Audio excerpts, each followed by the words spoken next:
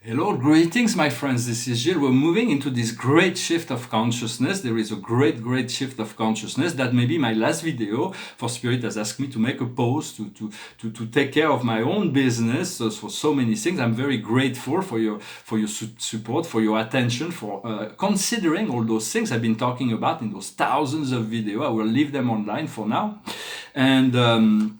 But I wanted to make a last video, and I wanted to send greetings. I'm going to pull a few cards and then discuss a few ideas about the spiritual ascension path. For it is the time to turn within to find the information, to turn off the screens for a while, to go into meditation, into prayer, to go outside, to feel the energies of the planet, to feel the energies of the skies going down and meeting in the heart. So it is very important. Now we have all that we need. It's no longer about finding what we need outside of us. If you are guided to a book, to a teacher, to a video, it's because your guides those are tools that were given. But our guides are here to connect us to our divinity. Once we have connected to our divinity, the mission of our guides is fulfilled, and they become associate. They become a complement to ourselves. But essentially, they want to bring us back to this energy of soul and spirit, and because there is the ego desire body that's always interfering, that never brings us to satisfaction. No matter what we do, this desire body, the ego body, is always giving us more challenges until we surrender to the light of our soul, the inner guidance, and that we make that the only truth that is possible. For it is the situation is the light. It is the light. It is moving into the light, being the light. And, what goes around the situation is forgiveness, forgiving ourselves, forgiving others. They only came here to play a role, to assist us in showing us those aspects, but we're going to be able to attract our soul family, those beings that we can move towards in friendship and self-supporting, to have this solidarity. This world has to come into the unity consciousness, the rather than the competitive ideas of. For there is the very Epicurean ideas. We have to find happiness. Happiness has to be found from within, and we have to develop this friendship, which is the essential. That makes our life, that makes this collective life on the planet worthwhile living. What we see before us is hope. For hope is a Elohim. Hope is a creator. Hope is the essential. We always have to work with hope to stay alive, to stay focused, to stay connected. For we still need it on this plane. What we have in our subconscious, the past, is family. We've been connecting. We've been receiving messages. We're going to be connecting to our soul and spirit family, and we're going to be attracting those. It's going to be time to manifest, to concretize, to make a physical. For the physical is the slowest. Sometimes it feels like, well, we all have this evolution that we've done inside, but the physical world hasn't caught up with it yet. This golden age isn't fully manifested, but it will come. It's a matter of keeping faith and hope, and to continue to cultivate our dream. This is what we're seeing. Our dreams are very essential. Everybody's born with a dream. What's coming in the near future is clairvoyance. We are being clairvoyant. We are new senses are coming aligned. We're becoming more lucid, more clairvoyant. As our compassion grows, our love grows for ourselves and for others, we become more lucid. We're developing more wisdom, and we have more courage to address those little things within ourselves that needs correction. And the force that we have in this situation is protection. We are protecting. We are being protected by our guides, but we're also protecting a higher vision, higher values. What comes to us from the outside world is accomplishment. It is the end of that cycle. The gold ring is being completed. There is what we see in our inner emotion, our hopes and fear, is the choice. We always have choice. We have been given free will, but we always want to make the highest choice. And the highest choice is to follow, to trust that inner light within ourselves. And the outcome will be our mission. We came here to fulfill a mission, to fulfill a destiny. And so by making the highest choice, we are moving into this mission. If you do not know your mission yet, it will be revealed to you. And so, for there is many souls that will not choose the ascension, but for this portal of ascension, there is a great portal of ascension that will come with this solar flash in this month. But there's going to be many other portals that are going to be opening. And then, but at the end, there are a lot of souls here on the earth who will not choose it. They will choose duality. They're going to want to continue to play in this dual game, for they will be moving, incarnating in another younger planet that have accepted to receive them. But they won't have money. They won't be able to make war, and they won't be able to pollute. So they're going to be learning a lot through that. And in 1,000 years, we're going to be an attempt to retreat. And we're going to be given 1,000 years of peace for evolution. And then we're going to be retrieving a lot of souls to integrate them.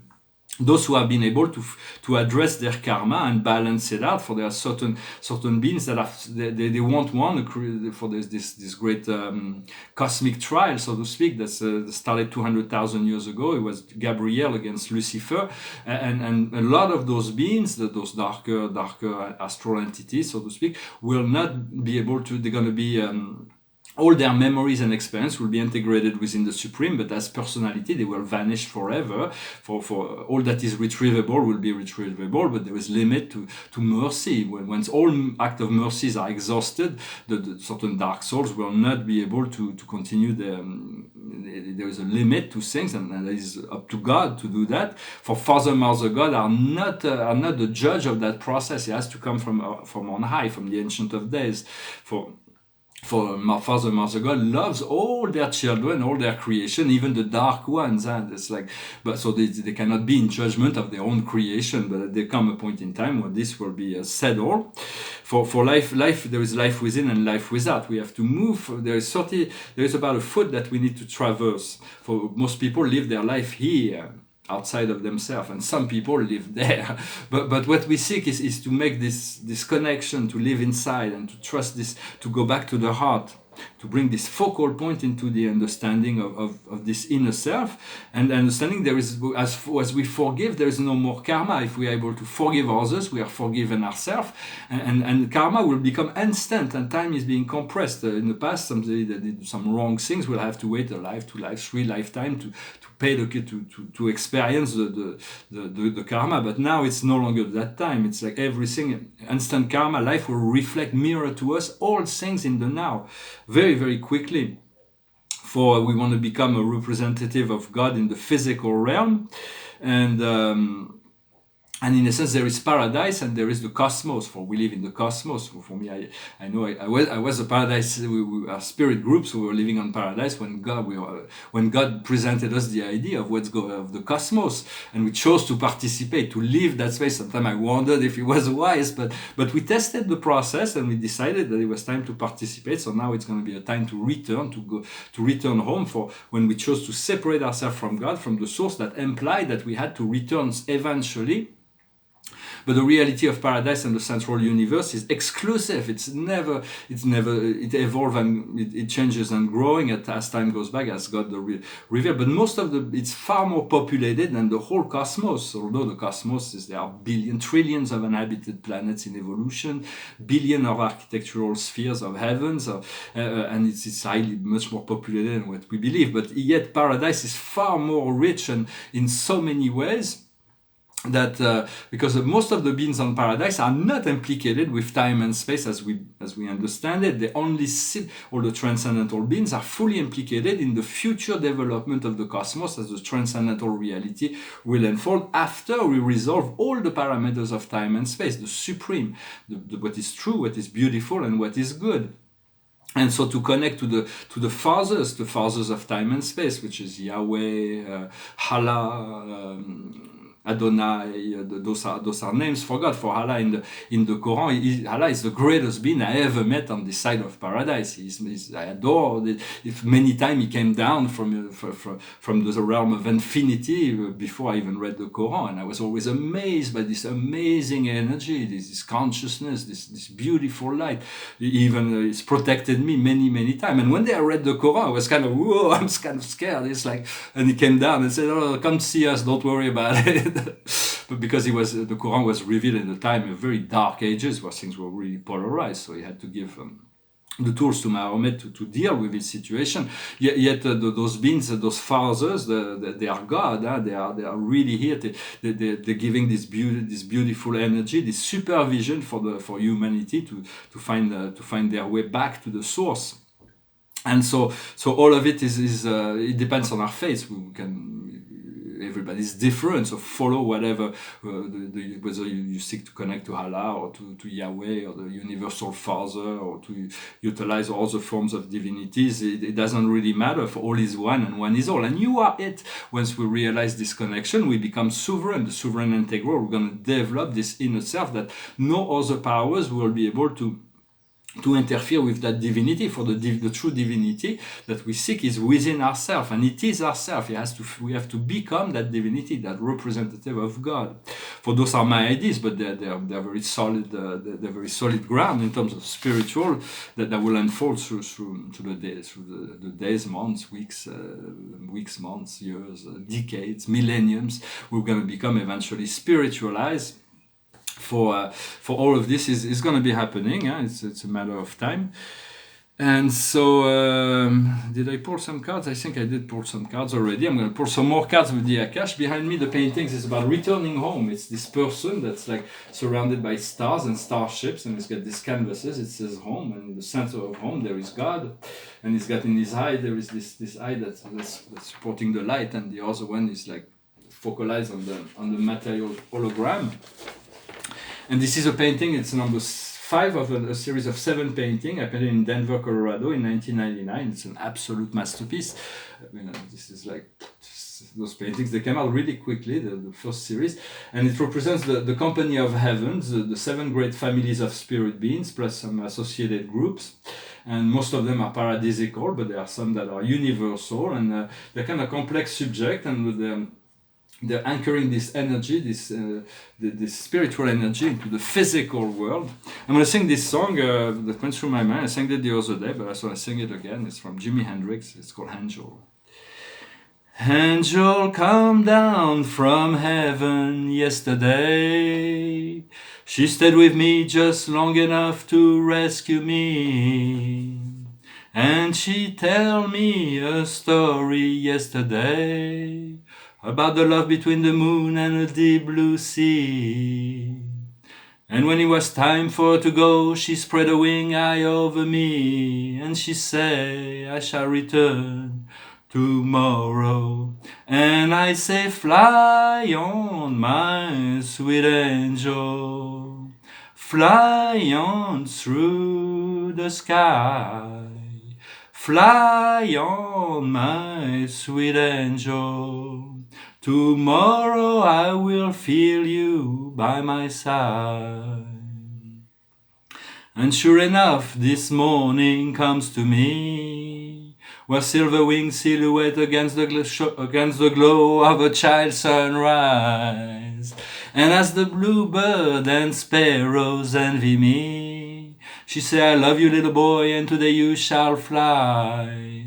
She kissed me once, and the feeling so good, she made me cry. And now we fly together. And I say, fly on, my sweet angel, fly on through the sky.